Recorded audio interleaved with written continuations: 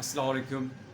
मैदे के अमराज बहुत ज़्यादा हैं और इन मैदे के अमराज में अक्सर लोग जो हैं एक लंबी ट्रीटमेंट करवाते रहते हैं कि मुझे मैदे की तकलीफ़ है, जबकि वो तकलीफ़ या तो जिगर की होती है, या तो पित्ते की होती है, या छोटी आंत की होती है। इसके लिए ज़रूरी होता है कि टाइमली डायग्नोसिस हों, मैदे के टेस्ट हों, एंडोस्कोपी हो जाए।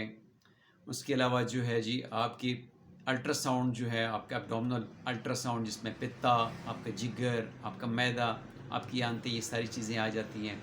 एक अल्ट्रासाउंड हो जाए एब्डोमिनल, और इसके बाद जो है खून का मुआयना, स्टूल का मुआयना। तो ये सारी जब रिपोर्ट सामने आती हैं तो फिर एक पिक्चर क्लियर हो जाती है। अक्सर लोगों को पित्ते की तकलीफ़ होती है, इलाज मैदे का करवा रहे होते हैं। अक्सर लोगों को तकलीफ़ जिगर की होती है, इलाज मैदे का करवा रहे होते हैं। ये सारे ऑर्गन्स जो हैं, पित्ता हो गया, जिगर हो गया, ये मैदे के साथ इंटरलिंक हैं। छोटी आंत हो गई है ये, क्योंकि निज़ाम का ये पार्ट है।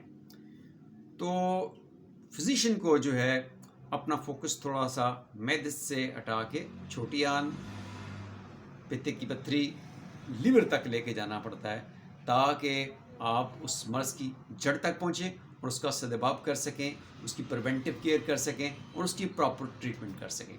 इंशाल्लाह फिर आपसे बात होगी। Thank you. अल्लाह हाफ़िज़।